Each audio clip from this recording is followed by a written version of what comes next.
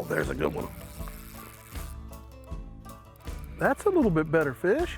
Oh, I dragged it up the hill. I dragged it up the hill and caught him.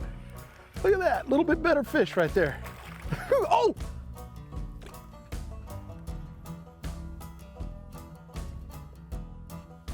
What in the world? Can't believe that. You know, that fish was, what I opted to do was something a little bit different. We had a real sharp drop off into about 45 foot of water off this point that we're looking at.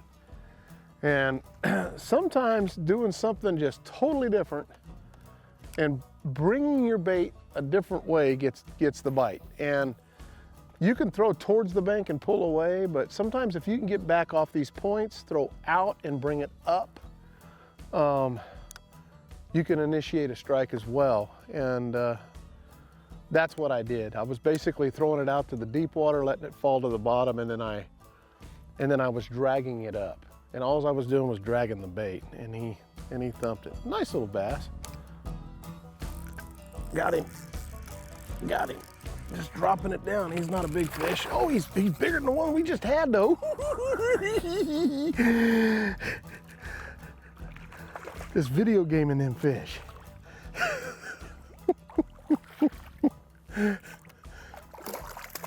That's fun. Come on, buddy. Oh gosh, I got you hooked in the corner of the mouth. All right, stop. There we go. Learn how to work your graph and you'll start catching more fish. You can cast and wind. You can cast and wind. And there's nothing wrong with that. It's fun to do, don't get me wrong, but there's nothing more fun than to watch your bait fall on the graph. You see it fall and then watch the fish just arc up. And you know the fish is eating it. You know, it's awesome. Love it. A lot of fun to do. It's like spoon fishing. You know, Arizona Custom Baits does a great job of making some awesome baits. They're soft. I mean, they must feel real to the fish, but their recipe on this thing is awesome because the fish really hold on to it when they get it. You can feel them just swimming with the bait. It's perfect. Oxblood red flake, baby, right here. I always make them make me a bunch of them because it's one of my favorite colors. Got that one. He came up and got it. I was slow rolling it. It's a little bit bigger dipper fish. You know, we were watching him out there bust, and you're done. So I thought I'd throw my little swim bait out there, and that's what we're seeing out there busting. But I had a bigger one come up there a minute ago. I don't know if that's an island I'm looking at right there. Boy, looks like it's possibly an island right there, or a little rock pile or something out there I'm throwing at. They must be hanging around it or something. Yeah, it's gotta be. I might throw my jig out there, see if I can get one to pounce on it. You know, you'll be going down the bank a lot of times, folks, and you'll be jigging, doing what you're doing, drop shotting, whatever you're doing. And every so often this time of year, man, these fish just start blowing up all over the place. And it happens for a few minutes and they go back down. And so I always like to have a top water ready or a little swim bait ready or something I can throw out there and try to catch them with.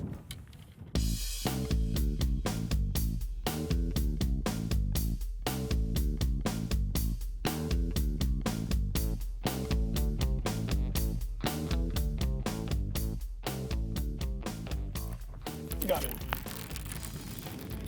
I got him. Stay down. Ooh, stay down. That's not a bad fish right there. Not a bad fish, son.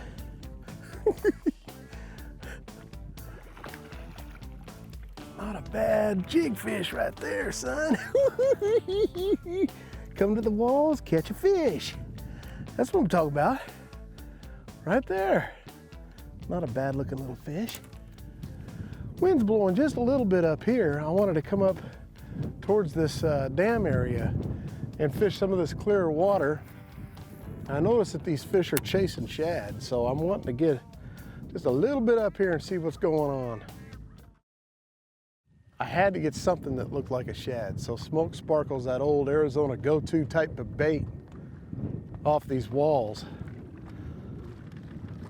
This is just an old style twin tail football headed jig, and it works really good on these lakes a lot of times.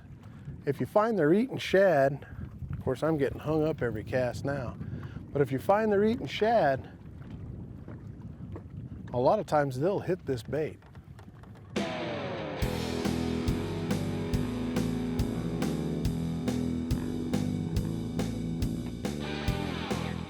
There's one, right under the boat. Oh, it's another nice fish too. Let's see if I can swing him in. Yeah, all right, look at that, folks. Come on, son.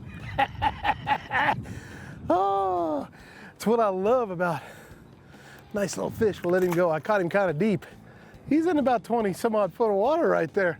You know, I'm throwing out and hopping it back, but that particular fish I saw right under the boat. I just dropped it straight down, and that's the cool thing about this particular bait too, is you can definitely drop it right below the boat, hop it a few times, and usually get those bites. I got a fray in my line, I got to retie, but so we'll retie real fast and we'll get back to it. But I'm going to tell you something.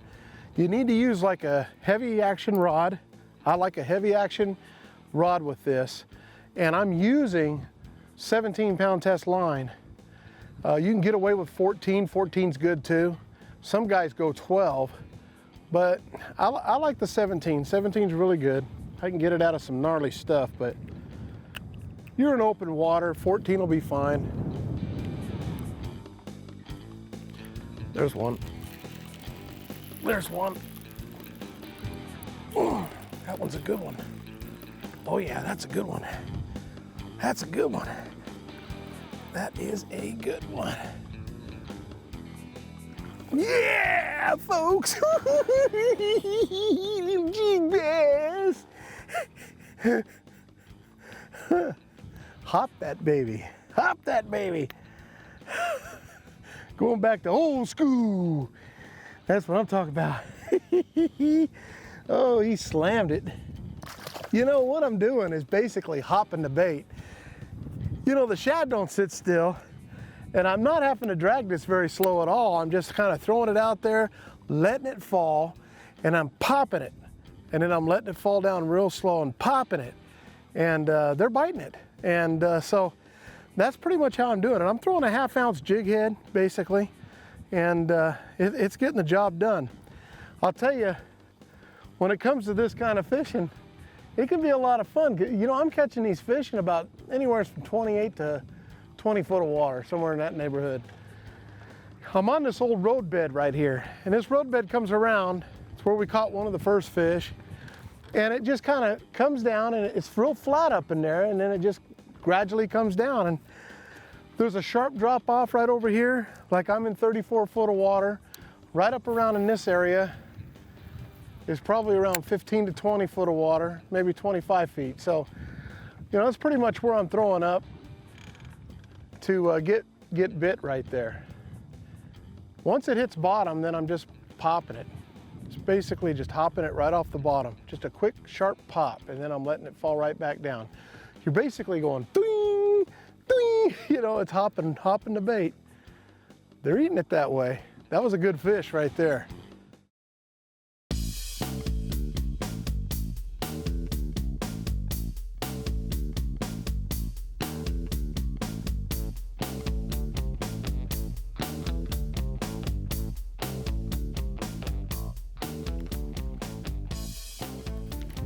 There's one.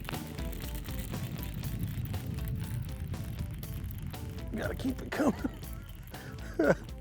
Stay down, dude. Come on. Whoa-ya! Yeah, that's what I'm talking about, son. Another Alamo Lake bass. Yeah, we're starting to get them on that jig a little bit now. We're figuring out the cadence a little bit, that little hop. really helps. The wind is helping a little bit too. You know, we've been dealing with a high pressure all day long. It's been absolutely no fun with that high pressure, but we stuck with it. Finally decided I'm gonna go to this jig. It looks like they're feeding on shad a little bit. And this is old school. You know, I mean, back when I was a kid, we used to call the jig heads, well, they still do, 1-tons, the full 1 ounce sinker with a jig head with this particular bait. I'm throwing this on a 1/2 ounce today. But you can swim these baits too when the fish get real active. I'm hopping it, letting it fall, and they're doink right on the fall. But if they get really, really active, you could definitely just throw the bait out there, let it fall, and just kind of swim it in like this. Just a nice little swim, just like so. And those little tails, oh, they'll crush them. You can get a single tail that does the same thing. You can get this bait, it's a spider jig basically, and you can get this bait that has the single tail. This has got the double, but you can get one that's got the single tail with the smoke sparkle, and it'll work good too. The key is finding out what depth of water these fish are in. Now, you know, it's taken a little bit of while because you see all these little fish splatting the top up around the trees and things like that. So we've been fishing for them a little bit and maybe thinking there might have been a big one in there and threw the old wacky Cinco in there and all that stuff. But it seems like the bigger fish to me are hanging around that 20, 25 foot depth, because as soon as we started doing that, we started catching them. You know, one thing that's a lot of fun with these jigs, one thing that's real important to remember too, these are real successful. You'll see a lot of these little baby bass, I call them baby bass, just getting up, busting shad. You'll see them blooping up and you'll throw at them, maybe catch a few of them. But a lot of times those bigger fish are a little bit lazier. And what happens is they'll sit up underneath that wolf pack of little ones that are up chasing all the little shad and stuff. And the little shad that get beat up and hurt, that are falling down through all the little fish, those big fish are just sitting under there waiting to eat them. And that's where this jig really comes in handy for catching those kind of fish. So we get down there where the bigger ones are actually feeding. They'll sit under there and be lazy, and they think that's a shad falling down a lot of times through that wolf pack. So you'll go over a cloud of shad and things like that, and then on the bottom you'll see some big harks and stuff. Those are usually the bigger bass that are sitting underneath them. And the littler stuff's usually on top, you know. So if you can get up underneath that little stuff, a lot of times you can catch the bigger fish doing that. There he is. Oh, I'm trying to catch up to him. Oh, he's a littler fish. Right after I got done with my big speech. Right after I got done with my big speech about having to catch the bigger ones. That's what happens when you throw up on the shoreline, folks. Little baby bass. I just got done telling you about getting down there underneath those little ones, and that happens. Boy, I'll tell you what, these fish will always make sure that you're wrong about what you say. That's what makes this sport so humbling.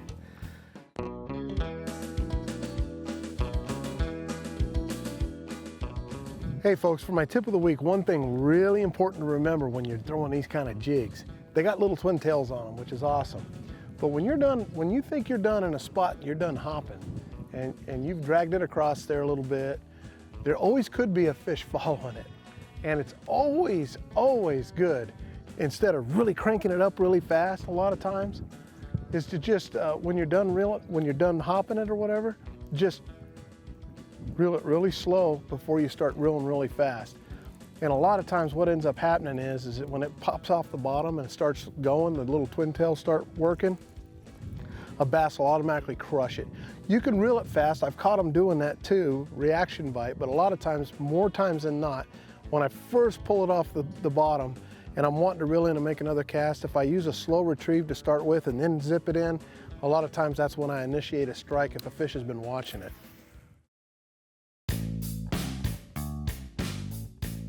You know, if you start finding yourself getting caught up a lot with these jig heads, one thing that's really important to do is just find some jig heads that do have a brush guard on them.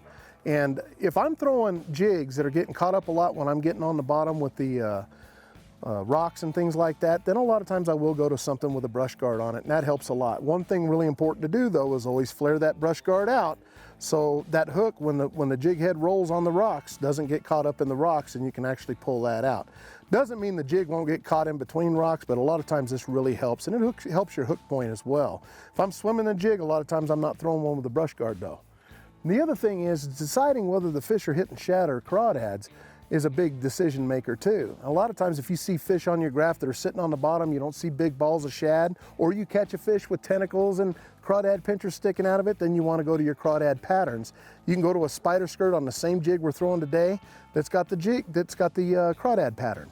If you see the fish like they're doing today for us, the little fish are busting the surface. We don't want to catch those little fish. We caught a few of them. We don't want to catch that size of fish. We want to try to catch the bigger ones. That's why we went to the jig. That spider jig gets down there underneath the little ones. Hopefully it gets down there where the bigger fish are. You can hop that bait, or you can swim it once it hits bottom a little bit and catch some of those bigger fish.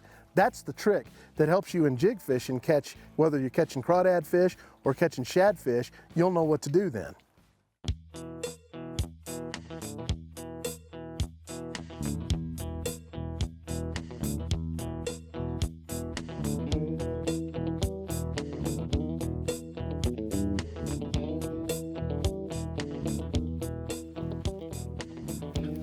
Got him. Oh, it's a little better fish.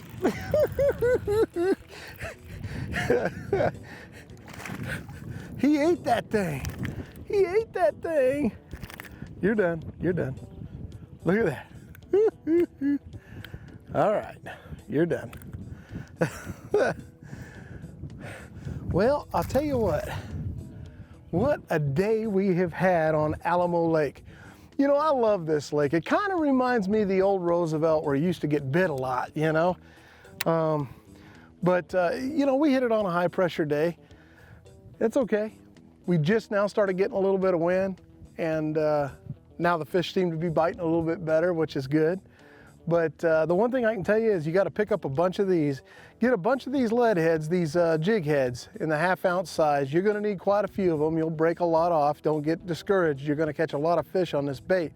Find out what depth of water they're in and fish it and have some fun. And I'll tell you what, when they're not feeding on shad, the beauty of this technique is when they're not feeding on shad, you can take off the smoke sparkle and just go to a 301 or a 330 color, which would be more of a crawdad type color, and catch them on jigs when they're eating crawdads. So, you know, either way, whether they're feeding on shad, whether they're feeding on crawdad, you're going to catch fish on this thing, especially in our Arizona lakes like this. You'll have a lot of fun doing it. Give it a try.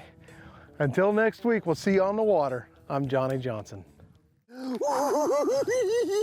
Now, see, that's what I'm talking about, folks.